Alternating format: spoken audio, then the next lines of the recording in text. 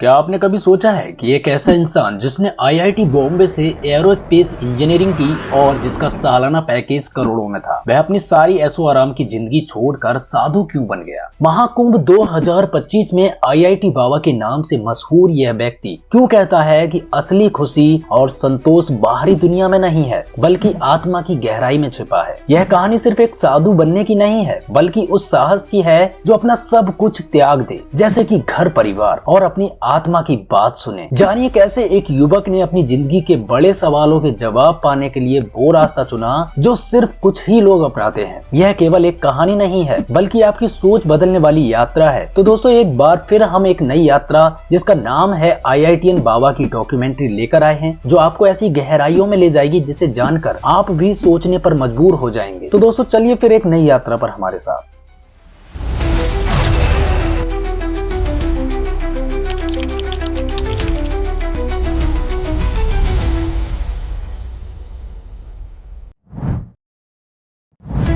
दरअसल अभय सिंह का पूरा नाम अभय सिंह गरेवाल है। महाकुंभ 2025 में आईआईटीएन बाबा के नाम से ये फेमस हुए। अभय सिंह मूल रूप से हरियाणा के झज्जर जिले के सासरौली गांव के रहने वाले हैं। बॉम्बे आईआईटी से अभय सिंह ने एरोस्पेस में इंजीनियरिंग की और इसके बाद कनाडा जाकर एरोप्लेन बनाने वाली कंपनी में काम भी किया। लेकिन अभय को इस काम से ज्यादा डिजाइनिंग में इंटरेस्ट था और आईआईटी करने के पीछे का मकसद सिर्फ घर से दूर जाना था और इसीलिए उन्होंने आईआईटी करने का फैसला लिया। अभय के पिता कर्ण सिंह गरेवाल पेशे से एक एडवोकेट हैं और झज्जर बार एसोसिएशन के प्रधान भी रह चुके हैं। अभय अपने माँ बाप के इकलौते पुत्र हैं। इसके अलावा अभय की एक बहन भी है जो कनाडा में रहती है। अभय के सुर्खियों में बनने की सबसे बड़ी वजह है इनकी इंटेलिजेंसी और कुछ विचित्र बातें जो चित्रों के माध्यम से ये इतने अच्छे से समझा देते हैं कि कोई भी सुनता है तो हैरान हो जाता है। इन्होंने एक बुक भी लिखी है जिसमें काफी चौंका देने वाली रहस्यमयी बातें चित्रों के माध्यम से प्रदर्शित हैं। इस बुक को मैं इस वीडियो के डिस्क्रिप्शन बॉक्स में डाल दूंगा,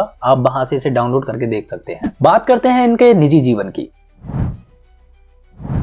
अभय सिंह का बचपन घर में हो रहे कलेश के बीच बीत रहा था और जैसा कि हर फैमिली में माँ बाप अपने बच्चों को लेकर काफी केयरफुल होते हैं, उनके भविष्य के लिए काफी चिंतित होते हैं और इसी के चलते बच्चों पर भी दबाव भी बनाते हैं ताकि वो अपने जीवन में सफल हो सके। ऐसा ही कुछ अभय के साथ भी हो रहा था। उनके ऊपर उनके माँ बाप का काफी प्रेशर था।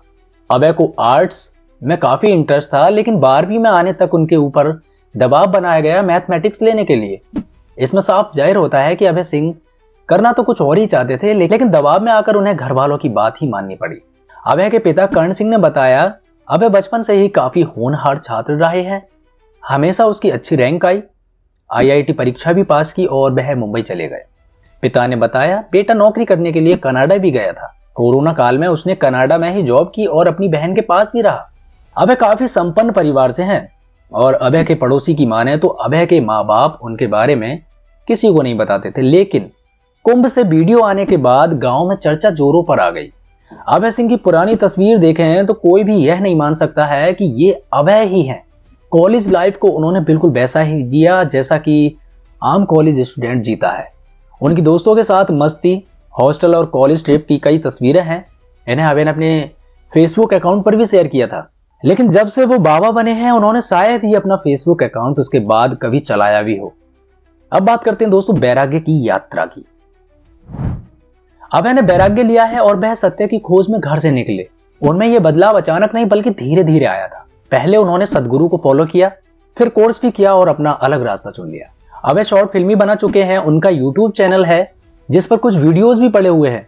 अभय सिंह गरेवाल ने अपना फेसबुक इंट्रो लिख रखा है, founder photographer at Grewal, research associate at IDC IIT Bombay. Abhay IIT Powai में भी काम कर चुके हैं। आईआईटी मुंबई में एरोस्पेस इंजीनियरिंग की पढ़ाई की है। इन सब की पुष्टि के लिए कई तस्वीरें हैं जो अभय की मोह माया वाली जिंदगी से वैराग्य तक की कहानी कह रही है।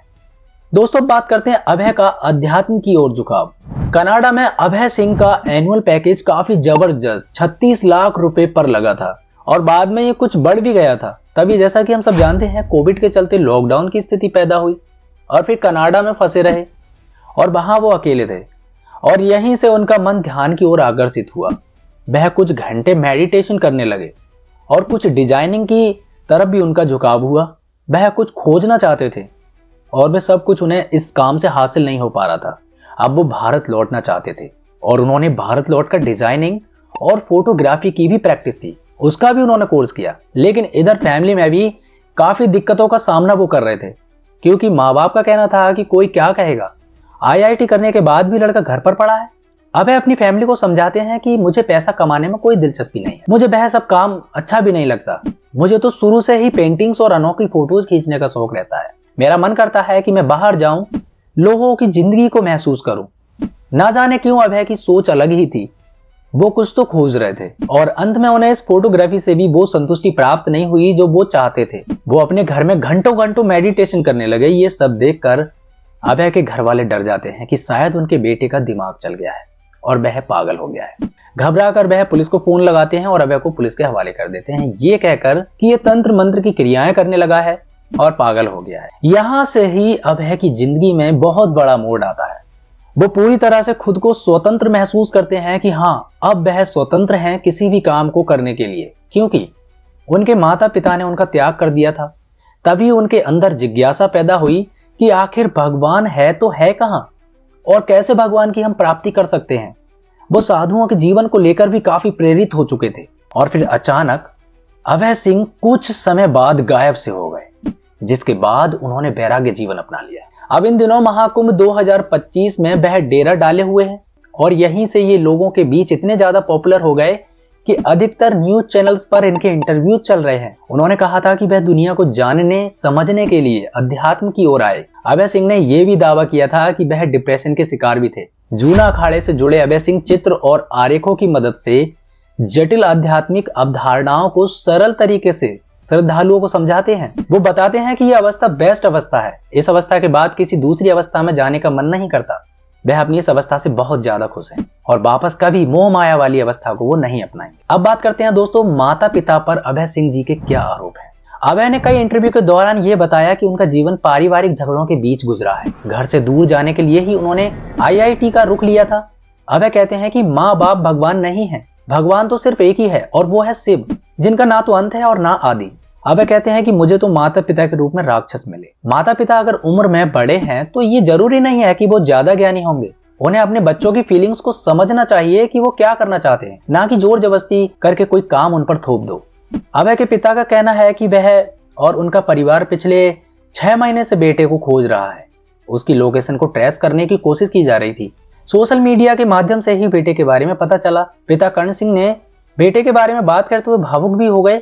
वह कहते हैं कि उसे फोन पर मैसेज ही कर दिया करो, मगर पिछले 6 महीने से जब से नंबर ब्लॉक किया है तब से उसके बारे में कुछ पता नहीं चल रहा था। अभय के पिता कर्ण सिंह का कहना है कि उनका बेटा बचपन से ही काफी कम बात किया करता था, मगर उनके बेटे ने उन्हें या अपनी मां को कभी भी अध्यात्म के बारे में कुछ नहीं बताया। उन्हें कभी पता नहीं चला कि उनका बेटा अध्यात्म के रास्ते पर चल पड़ा है। अभय के पिता का कहना है कि अब इस अवस्था में मुझे नहीं लगता है कि अभय वापस कभी घर लौट कर आएगा, लेकिन हमें कभी यह आभास नहीं था कि वह अध्यात्म के रास्ते पर चल पड़ेगा। क्या वह अपने बेटे को घर लौटने के लिए कहेंगे? इस पर भी अभय जी के पिता ने एक बात कही, घर वापस आ जाए। परिवार की क्या सोच है? मैं तो देखो चाहता ही हूँ अभी वो घर वापस आ जाए। फिर उन्होंने कहा, मैं कह तो दूंगा लेकिन उसे तकलीफ होगी। उसने अपने लिए जो निर्णय लिया वही उसके लिए सही है। जो मुझे बहुत पहले करना चाहिए था वो मैं अब कर रहा हूँ। मैं कोई दबाव नहीं डालना चाहता, वह अपनी धुन का पक्का है। हालांकि इकलौते बेटे के अचानक संन्यास लेने से मां खुश नहीं है। दोस्तों अब बात करते हैं कि IITian बाबा यानी कि अभय जी कुंभ में कैसे पहुंचे और उनके गुरु कौन है। अभय सिंह को देखने और उनसे मिलने के लिए लोग बेकरार हैं, लेकिन बहुत कम लोग जानते हैं आखिर IIT बाबा महाकुंभ में पहुंचे कैसे। सोमेश्वर पुरी वाराणसी स्थित जूना अखाड़े के संत हैं और वहीं IIT बाबा अभय सिंह को महाकुंभ में लेकर आए थे। उन्होंने बताया कि आखिर वाराणसी में किस हाल में मिले थे अभय सिंह। सोमेश्वर पुरी मूल रूप से हैदराबाद के हैं। वो भारतीय वायुसेना से रिटायर्ड हैं और बैंक में भी नौकरी कर चुके हैं। अब भले ही वो संत का जीवन बिता रहे हैं। सोमेश्वर पुरी ने बताया कि अभय सिंह की उनसे मुलाकात काशी में हुई थी। जब अभय वहां पहुंचे तो बिल्कुल फकड़ों वाली हालत में थे। जब वह मुक्त रूप में होते थे तो जोर जोर से चिल्लाने लगते थे। कभी खुद को शिव बताते तो कभी कृष्ण। कपड़े आदि का भी उन्हें कुछ होश नहीं रहता था। संत सोमेश्वर पुरी आगे बताते हैं कि काशी में इस हाल में अभय सिंह को देखकर लोग समझ नहीं पाते थे कई बार तो लोग उन्हें पागल समझकर उनका सामान वगैरह भी उठा ले जाते थे। फिर एक दिन अभय सिंह सोमेश्वरपुरी के पास काशी स्थित जूना अखाड़ा पहुंच गए। संत बताते हैं कि उन्होंने पहले अभय सिंह को काफी समझाया, उन्हें तमाम संतों से मिलवाया जिसमें अघोरी भी शामिल थे। अभय सिंह के भविष्य को लेकर भी संत सोमेश्वरपुरी ने बड़ी बात कही है। उन्होंने कहा कि वह जिस स्तर पर हैं, खुद पर नियंत्रण रखना संभव नहीं है, लेकिन दीक्षा के बाद गुरु के आशीर्वाद से उन्हें मार्गदर्शन मिलेगा और वह अपनी शक्तियों पर काबू पाना सीख जाएंगे। उन्होंने बताया, यही सब सोचकर मैं उन्हें महाकुंभ में ले आया। वह काफी विद्वान हैं और निश्चित तौर पर आने वाले समय में भी बहुत बड़े संत बनेंगे। IIT बाबा की ये कहानी हमें सिखाती है कि असली संतोष और खुशी केवल बाहरी उपलब्धियों से नहीं, बल्कि अपने भीतर की खोज से मिलती है। अभय सिंह का जीवन प्रेरणादायक है और उनके द्वारा चुना गया रास्ता उनके लिए सही साबित हुआ है। ध्यान, शांति और सत्य की खोज, यही IIT बाबा की कहानी का सार है। तो दोस्तों, मैं उम्मीद करता हूं आपको ये डॉक्यूमेंट्री बहुत ज्यादा पसंद आई होगी। अगर पसंद आई हो तो वीडियो को लाइक जरूर कीजिएगा और ऐसी ही डॉक्यूमेंट्रीज पाने के लिए हमारे चैनल को सब्सक्राइब जरूर कर लेना। मिलते हैं ऐसी ही एक अगली डॉक्यूमेंट्री में, तब तक के लिए बाय बाय। अपना ध्यान रखें। धन्यवाद।